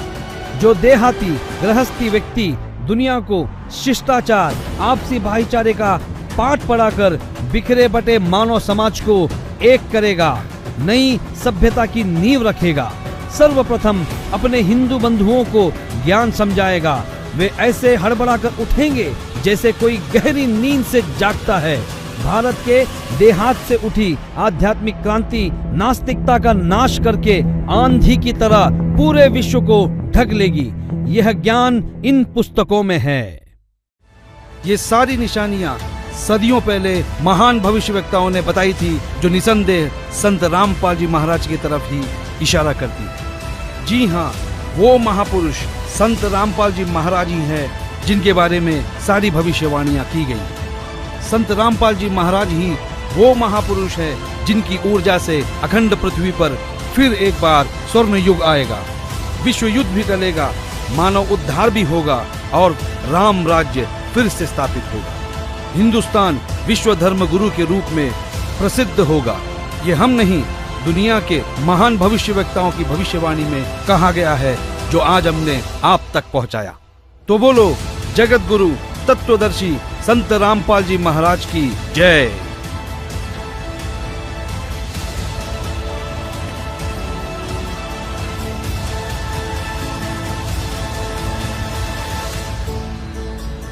तो दर्शकों, आप सभी से निवेदन है कि पूर्ण संत सतगुरु रामपाल जी महाराज द्वारा किए जा रहे अद्वितीय समाज सुधार के कार्यों में आप भी शामिल हों और उनके द्वारा बताई गई सही भक्ति विधि अपनाकर अपने अमूल्य मानव जीवन का कल्याण करवाएं। आइए अब हम उन श्रद्धालुओं के अनुभव जानते हैं जो जगत गुरु तत्वदर्शी संत रामपाल जी महाराज जी से दीक्षा प्राप्त कर चुके हैं तथा उनके द्वारा बताए गए भक्ति मार्ग पर चल रहे हैं। नमस्कार सर। नमस्कार सर जी। सर क्या नाम है आपका? सर जी मेरा नाम तरुण दास है। तरुण जी आप कहाँ से हैं? सर जी मैं ग्राम इटार, तहसील खैरागढ़, जिला राजनांदगांव, छत्तीसगढ़ से हूँ। तरुण जी क्या काम करते हैं आप? सर जी मैं ग्राम पंचायत सचिव हूँ। तरुण जी संत रामपाल जी महाराज से नाम दीक्षा लेने से पहले आप क्या भक्ति साधनाएं करते थे? सर जी मैं सदगुरु रामपाल जी महाराज जी की शरण में आने से पहले दामाखेड़ा पंथ से जुड़ा हुआ था और उसके साथ ही साथ मैं तंत्र मंत्र जादू टोना से प्रभावित होने के कारण हनुमान जी की भी साधना किया करता था और हफ्ते में 2-3 उपवास रहा करता था। सर जैसा कि आपने बताया कि आप दामाखेड़ा पंथ से जुड़े हुए थे, दामाखेड़ा पंथ वाले भी कबीर साहब जी को मानते हैं और संत रामपाल जी महाराज भी कबीर साहब जी को मानते हैं। फिर आप दामाखेड़ा पंथ को छोड़कर संत रामपाल जी महाराज के पंथ में क्यों आए, क्या कारण रहा? दामाखेड़ा पंथ में सर जी कबीर साहब जी को सिर्फ सदगुरु मानते हैं। जो संत रामपाल जी महाराज जी है वो चारों धर्मों में परमात्मा कबीर साहब जी को बताते हैं, उसमें कि कबीर साहब ही सबका सृजनहार है, सबका पालनहार है। इसलिए हमने संत रामपाल जी महाराज जी के शरण ग्रहण की। सर संत रामपाल जी महाराज से जुड़ने के बाद आपको क्या लाभ मिले? सर जी संत रामपाल जी महाराज जी के शरण में जुड़ने के बाद हमें सबसे पहले तो ये लाभ हुआ सर जी कि हमें वैदिक अनुसार से सच्ची भक्ति मिली, जिसके कारण हमें तंत्र मंत्र से छुटकारा मिला। हमारा परिवार अभी वर्तमान में सुखी है। और भूत प्रेत की समस्या में इतनी परेशान था कि मेरे माँ, मेरे पिताजी और स्वयं मैं एक ही घर में काम करने वाला हूँ। और गांव देहात में यह है भगत जी की जलन की प्रवृत्ति होती है। इस कारण से मेरे परिवार पर जादू टोना का असर बहुत था। मैं महीने 2 महीने 3 महीने में तांत्रिकों के पास जाता था। कुछ दिन वो ठीक रहते थे, इसके बाद फिर जस का तस वैसी ही जो व्याधि थी हमें घेरे ही रहता था। इस कारण मैं मानसिक परेशानी से बहुत परेशान रहता था। ये समस्या जो है मैं 8 से 10 साल इसको झेला हूँ मैं। इसके बाद में भगत जी मैं सदगुरु रामपाल जी महाराज जी के जो चैनल है साधना चैनल में एक दिन कार्यक्रम देखते देखते परम संत सदगुरु रामपाल जी महाराज जी बता रहे हैं कि ये जो कबीर परमात्मा है सबका सृजनहार है, सबका पालनहार है। और परमात्मा सदगुरु रामपाल जी महाराज जो कहते हैं कि जब लेगी हंसा हमरे आना, काल लगे ना तेरा बाणा। यह सुनकर मैं सदगुरु रामपाल जी महाराज जी की शरण में गया ताकि मेरे जो परिवार की ये जो समस्या है ये सब दूर हो सके। और सदगुरु रामपाल जी महाराज बताते हैं कि यदि कबीर शरण में आने से, भक्ति मर्यादा पूर्वक भक्ति करने से हंस की 101 पीढ़ी मैं पार कर दूंगा। ये परमात्मा की वाणी है। और हम आज परमात्मा की भक्ति करते हुए हमारे परिवार बहुत सुखी जीवन व्यतीत कर रहे हैं। दूसरा लाभ यह है भगत जी की 24 अप्रैल 2019 को मैं अपने ड्यूटी से आया। ड्यूटी के दौरान आने के बाद मुझे यूरिन में प्रॉब्लम रहता था। इस कारण मुझे भगत जी यूरिन की इन्फेक्शन जो है 7 बजे शाम को लगभग बढ़ी और इतनी बढ़ा कि मुझे कंपकपी बुखार आया। बुखार आने के बाद आधे घंटे तक बेहोश हो गया मैं। इसके बाद मैं अंतर्मन से बोलता था कि हे परमात्मा, मैं आपकी शरण में आने के बाद में सारी व्याधियों को छोड़ चुका हूँ। मैं ड्यूटी के दौरान ना किसी से रिश्वत लेता हूँ, ना मैं प्रशासन की जो है पैसे की चोरी करता हूँ और बहुत सारी जो व्याधियाँ हैं उसको छोड़ चुका हूँ। हे परमात्मा, आप तो दीन दयाल हो, मेरी रक्षा करो। ऐसे करके मैं अंतर्मन से परमात्मा की गुहार लगाया तो परमात्मा जो है वो सफ़ेद प्रकाश पुंज में आकर मेरी रक्षा किया और मैं थोड़ा सा ठीक हुआ। ठीक होने के बाद में मुझे लगा कि मैं अब थोड़ा सा ठीक हो रहा हूँ। जाके मैं परमात्मा के चरणों में दंडवत प्रणाम किया और अमृत जल पीने के बाद में भगत जी मेरी जो स्थिति है उसमें सुधार आया। अगला लाभ है भगत जी, मेरे जो पिताजी है वो वृद्धावस्था में हैं, लगभग उनकी उम्र है 78 ईयर। और वो एक दिन अपनी कुर्सी में बैठा हुआ था और अचानक से उसको पैरालिसिस जैसा हो गया, वो कुर्सी से गिर गया। तो मेरी जो भगतमती है उसे परमात्मा की शरण में ले जाकर दंडवत कराया, उसके बाद अमृत जल पिलाया। अमृत जल पिलाने ही मात्र से वो तुरंत उसको राहत मिला। फिर उसको हम जो प्राथमिक उपचार थे वो किए, लेकिन आज वो बीपी की दवाई से मुक्त है, बिना दवाई खाए अच्छे हैं वो संत रामपाल जी महाराज जी की दया से। और अगला लाभ जो यह है भगत जी की हमारे गांव में पानी की समस्या बहुत रहती है। तो हमारे आसपास वाले लोग जो है बहुत जो गहरे हैं वो बोर खनवाते हैं 280-300 के आसपास। लेकिन हमने संत रामपाल जी महाराज जी से प्रार्थना लगाई कि गुरुजी हमें पानी की तकलीफ बहुत है और हमें बोर खनाने की आवश्यकता है। तो परमात्मा ने आदेश दिया कि बेटा आप बोर खनन करवा सकते हो। तो भगत जी मेरी जो घर में जो पानी है वो 60 फीट से शुरू हो गया भगत जी, और परमात्मा की दया से बहुत अच्छा पानी मिला है हमको। और अगला लाभ यह है भगत जी कि मैं जो जॉब में हूँ वहाँ रिश्वतखोरी, चोरी ये बहुत ज़्यादा मतलब भरा हुआ है भगत जी। तो इसमें से परमात्मा जी के पास मैंने अरदास लगाया कि परमात्मा जो मैं विभाग में हूँ, पंचायत विभाग में, यहाँ बिना रिश्वत लिए, कमीशन लिए लोग काम नहीं करते। तो परमात्मा बोले कि बेटा आप किसी से कुछ मत लो, आप अपने लिए मत लो, जो कर रहा है वो भरेंगे। तो मैं भगत जी 2015 से रिश्वत लेना, चोरी करना ये सब बंद कर दिया हूँ। मैं पहले भी वैसा नहीं लेता था, लेकिन कोई दे देते थे, इस कारण से मैं परेशान रहता था। सदगुरु रामपाल जी महाराज जी कहते हैं कि चोरी करना बेटा एक जहर के कण के समान है। यदि जो कोई चोरी करता है या रिश्वत लेता है, लेकर अपने परिवार को खिलाता है, वो अपने परिवार को जहर खिला रहा है। इसलिए बेटा कभी ऐसा काम मत करना। तो सर जी हमने ये सब काम बंद कर दिए हैं और हमारा परिवार जो है आज परमात्मा सदगुरु रामपाल जी महाराज जी की दया से सुखी है। सर, संत रामपाल जी महाराज से नाम दीक्षा लेने के बाद आपको बहुत सारे लाभ मिले। सर, आप एक पढ़े लिखे व्यक्ति हैं और ग्राम सचिव के पद पर कार्यरत हैं। और संत रामपाल जी महाराज के बारे में ये भी कहा जाता है कि उनसे श्रद्धालु अंधश्रद्धा के तहत जुड़ते हैं, तो क्या ये बातें सही हैं?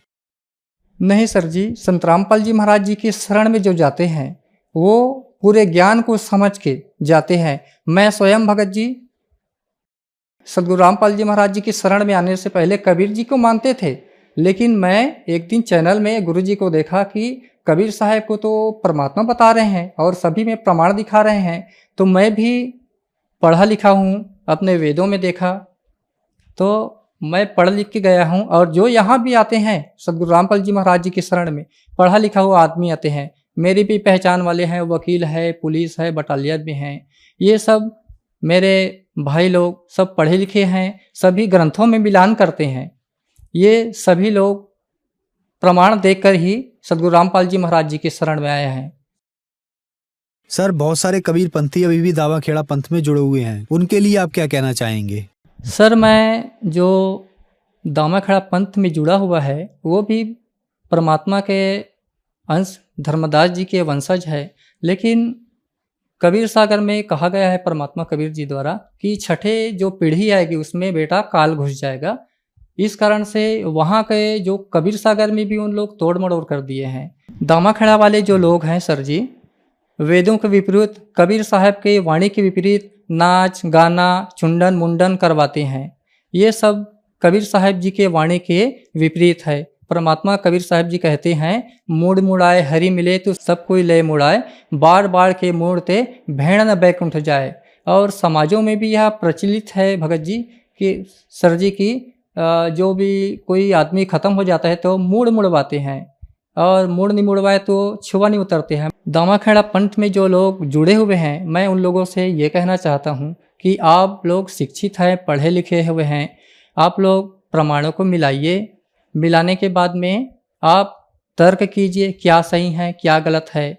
उसके बाद में आप लोग को पता चल जाएगा कि संत रामपाल जी महाराज जो ज्ञान बता रहे हैं या कबीर साहब जी के वाणी के अनुरूप है, और इसी कारण उनके जो भक्तों को 100% लाभ प्राप्त हो रहा है। संत रामपाल जी महाराज से नाम दीक्षा कैसे ली जा सकती है?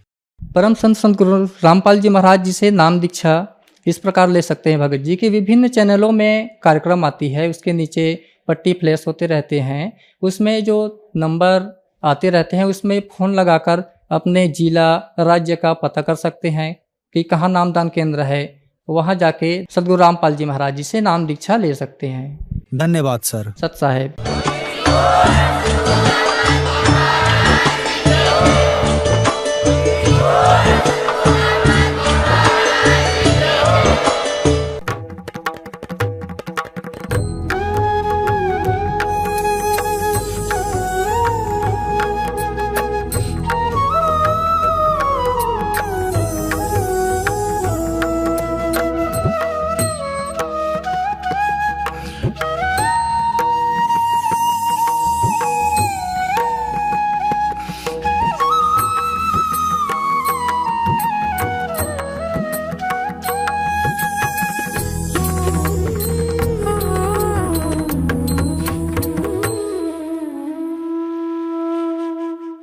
आप सुन रहे थे जगत गुरु तत्वदर्शी संत रामपाल जी महाराज जी के मंगल प्रवचन। अधिक जानकारी के लिए विजिट कीजिए हमारी वेबसाइट www.jagatgururampalji.org। संत रामपाल जी महाराज जी के शुभ आशीर्वाद से पूरे विश्व भर में 500 से भी ज्यादा नाम दीक्षा केंद्र हैं, जिन पर संत रामपाल जी महाराज जी द्वारा ऑनलाइन निशुल्क नाम दीक्षा दी जा रही है। अपने नजदीकी नाम दीक्षा केंद्र का पता करने के लिए संपर्क करें 8222880541।